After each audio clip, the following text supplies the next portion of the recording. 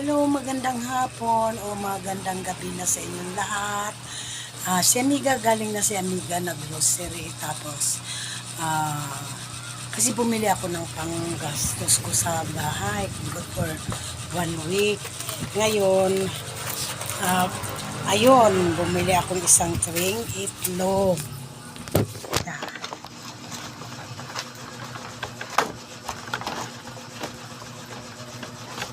Ay,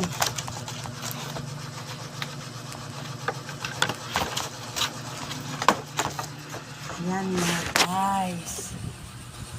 Yan. Pang diet ni Amiga yan. Tapos, ito.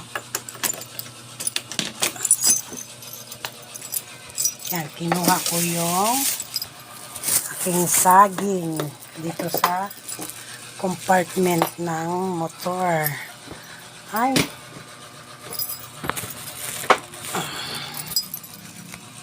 Yan.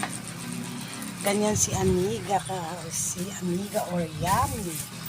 Ganyan ka-busy sa buhay si Amiga or Yummy, mga kayami, mga kamiga. Init. Bye.